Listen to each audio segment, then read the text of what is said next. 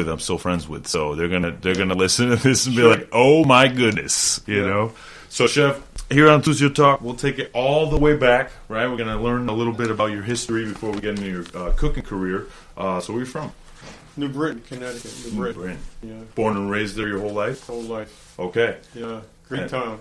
Awesome. Absolutely great town. Awesome. And then, what did your parents do for a living? My father was a carpenter. Mm-hmm. He originally started off after he come out of service, went into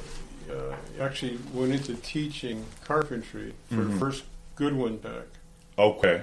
And that lasted for a short period of time, a couple of years. He didn't enjoy teaching. He enjoyed building. Mm-hmm. He was a perfectionist. Okay. And absolutely outstanding cabinet maker. And that's what his career was based on, was carpentry and things like that. My mother, she was, the housewife, but then again, everyone worked. Mm-hmm. She worked for the town, she worked for the mayor, and then later on the school department in New Britain. Yeah. And we grew up in a very, very ethnic neighborhood of Britain. We had Poles and Czechoslovakians and Russian and Afro-American black community. Everyone was surrounded in our area, which made it absolutely phenomenal for eating. Okay. You wanted to eat, you'd stop in anybody's house and it'd be something new. Very so that cool. was a great incentive for me. Mm-hmm. Yeah. So, they're doing this at a young age. Did this career last kind of your whole childhood? They sort of, kept doing carpentry and... For my father thought I was going to be a carpenter. Oh, so he was teaching you from an early age. Since I could carry 10 pounds of nails. Are you the assistant? All right. Very cool. Go up 3 flights of stairs. No, those are the wrong size. Go back down 3 flights of stairs. Then you can't find something, and he's like, if I find it, there's going to be issues. Yeah. It was a lot of fun. Yeah, for sure. Very tight family. Relatives lived in all the areas, so everybody got together all the time. Mm-hmm. And we were very, very family oriented. And my family today is still the same way. Mm-hmm. When did you first have your interest in food? Sort of, did you grow up in the kitchen, or was it, I didn't start off. I started off hitchhiking over to the neighbor's house and eating, and then making dishes. I had a very interesting career of learning the love of food, and that's really important. Yeah. 3-family house I grew up in. If I didn't like what was on the 3rd floor where I lived, I'd go down to my grandmother's on the 1st floor, or my aunt's on the 2nd floor, and find out what they were eating. And that's the way it went. All right. That didn't work out. I go to one of the neighbor's house, or they come over, and they love coming over our house. Mm-hmm. In our neighborhood, and actually in most neighborhoods at that time, you were either in the service industry or in the type of food business, or a musician. Okay.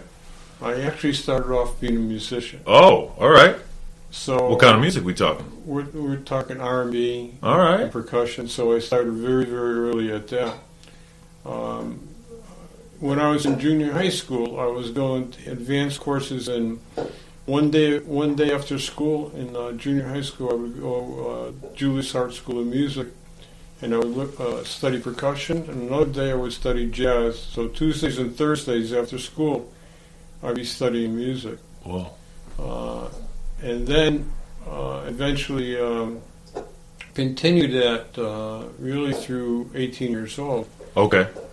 I don't know if you knew that. No, not at all. But I knew that you were very artistic, so it doesn't doesn't surprise me that much. But so percussion, drums, snare drum set. Okay, got you. Yeah, percussion also, timbales. Okay. Tito Puente. Yeah. All right. Absolutely. Cool. And it was a tough decision, because in the junior high school I didn't want to go to vocational school. I had an incentive to go to music full time, Yeah. to go to Berkeley. But I ended up, long story short, selecting to go to a vocational school versus going to the high school. Mm-hmm. With the opening, I still could do music, which I did do. Mm-hmm. And I played through high school.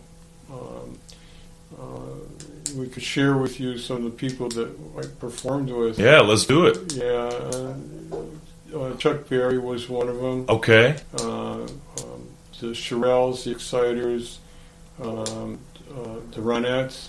Uh-huh.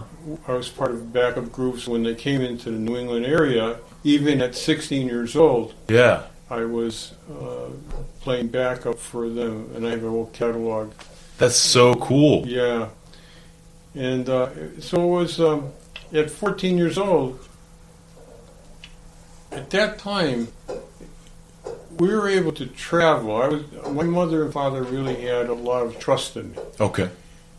So I was playing in New York City and coming back and forth on the weekends. Yeah. At 14 years old and 15 years old, which is hard to believe today, isn't it? Whoa. Were you train or Train, Okay. yeah, and going with the group. Stayed. If I was in New York, I'd stay on 46th Street at a place called Tony's. Uh-huh. And so Tony got to know me. One day I stopped in and I said, "Hey, can I see your kitchen?" Yeah. And he said, "You're a musician. Will you go see my kitchen broken in?" So he says, I could do that, And so every time I was there and I stayed, Tony let me into the kitchen and I'd be making some food for him. So the deal was that when I come and I stayed in New York on the weekend or whatever, I get to go in the kitchen before I go somewhere else and play. Yeah. Yeah. So that's Okay. So you're doing your two loves. I did. Yeah. Awesome. Eventually, I've seen a lot of situations happen with a lot of my friends who are musicians, great, very good musicians. Yeah. And it led them into Dark waters. dark waters. Yeah. And I've seen some of my good friends got caught up in it, and a couple of them died. Yeah. Okay. At 18 years old, Oh, that's rough. right after high school. Mm-hmm. And I can make you. You would hear people saying, "I can make you. You're fast now. You can be faster." So Yeah. that Comes at a price. it did. How did you find yourself staying above the influence, staying above the fray? Was it that trust that you had with your parents, or Yes. was it just It's the trust I had with my family and my parents and myself. I'm a very directive person. Mhm. I can't be misled very, very easily Yeah, for sure. or directed into ways that. I could see that. And I always thought never lied to my parents. I never would disrespect them. Yeah. And if anything would happen that I would hurt them, would hurt me more. Yeah. So that's the way I grew up. Okay. Yeah. I see that. Now, what year are we talking here? Right now, we're ending up into my going into Goodwin Tech Mm-hmm. and studying. So I'm talking probably 16 years old, 17, 18. I'm still playing. And are you in carpentry at the school? No, I'm in culinary. You're in culinary. Yeah. Okay. So, let's talk about that. Because Sure. how did you pick that? Your dad's like, you got to do carpentry. Well, it was shock syndrome. Okay. Because he thought I was my son, the carpenter. You're like, I'll take an apron. And the way it went down was that was parents' night. You remember that? Yeah. Oh, yeah. Parents' And, night. My father went in to see the carpentry teacher with a big smile on his face because he taught with both of these guys. Yeah. And they were great guys. Yeah.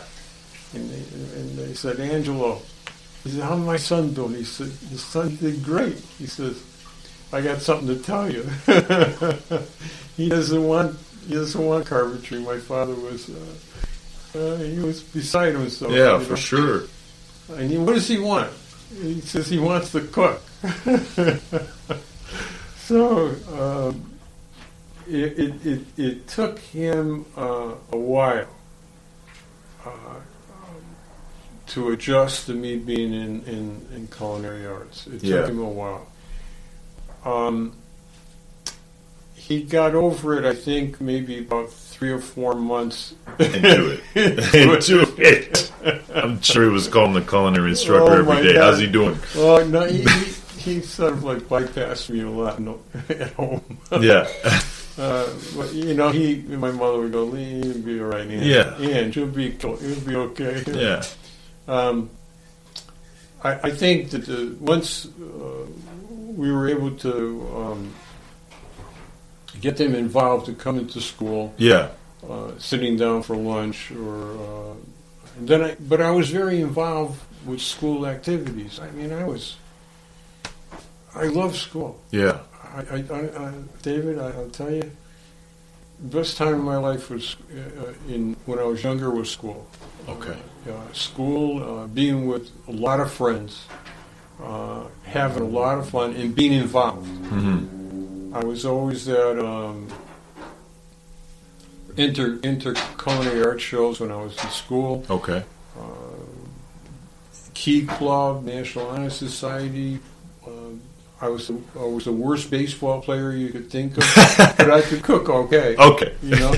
Terrible baseball player. I was on the team. I don't know, whatever.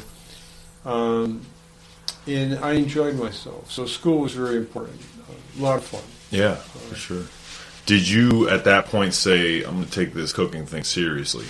Yeah. I'm going to pursue a life. I'm going to be a chef. I did. Yeah. I did. What sort of media was going on at that time about cooking? Not a lot. Mm-hmm. There wasn't a great deal. The media that we had was culinary art shows through the year. Mm-hmm. One of the neat things which I did mention is that as I was growing up, I always visited with my parents or my mother. We always took trips 3 or 4 times a year to New York City, to Boston. Mm-hmm. For Sicilians, in my house, they were foodies. They love to eat. And they love to eat. Mama Leone's was the first restaurant I ever went to. Mama Leone's. And I met George, the nephew. Uh-huh. And he brought me into the kitchen and signed the cookbook. Whoa! And that enlightened my whole life. Yeah, that was one of the best Italian restaurants in New York. But Trader Vic's, Top of the Sixes, Four Seasons. Mm-hmm. That would be a trip a year to go shopping and go for lunch or something. That's so cool. Yeah. Yeah. I don't know a lot of. Was your community doing that, or were you kind of the only family that was traveling like that at that time? Probably around my neighborhood, probably one of the only families that did that. Mm-hmm. We weren't affluent. Yeah. My father worked like a dog. He worked 2-3 jobs. Yeah. But he made sure he partied as hard as he worked. He always took care of the family. Yeah. Yeah. Sure. That's so awesome. To be given those experiences as a young child obviously formed you to what you would be. Yeah. So you graduate from high school, and at this point, do you have a job? I did. Okay. There was a point in high school that we were able to. It was an experimental thing that I was able to take courses because at a college and also do high school. Mm-hmm. So I took advantage of that. I worked at a country club, and it happened to be that most of the college teachers was part-time situations teaching, then they worked someplace. Yeah. So at that point, cooking instructors weren't just cooking instructors. Exactly. Okay. Exactly. It wasn't a career yet. No. Okay. They worked at pastry shops. They worked at country clubs and situations like that. So I happen to have 2 of my teachers who I worked for. Okay. And I learned tremendous amount for them. Mm-hmm. Here's a 6 foot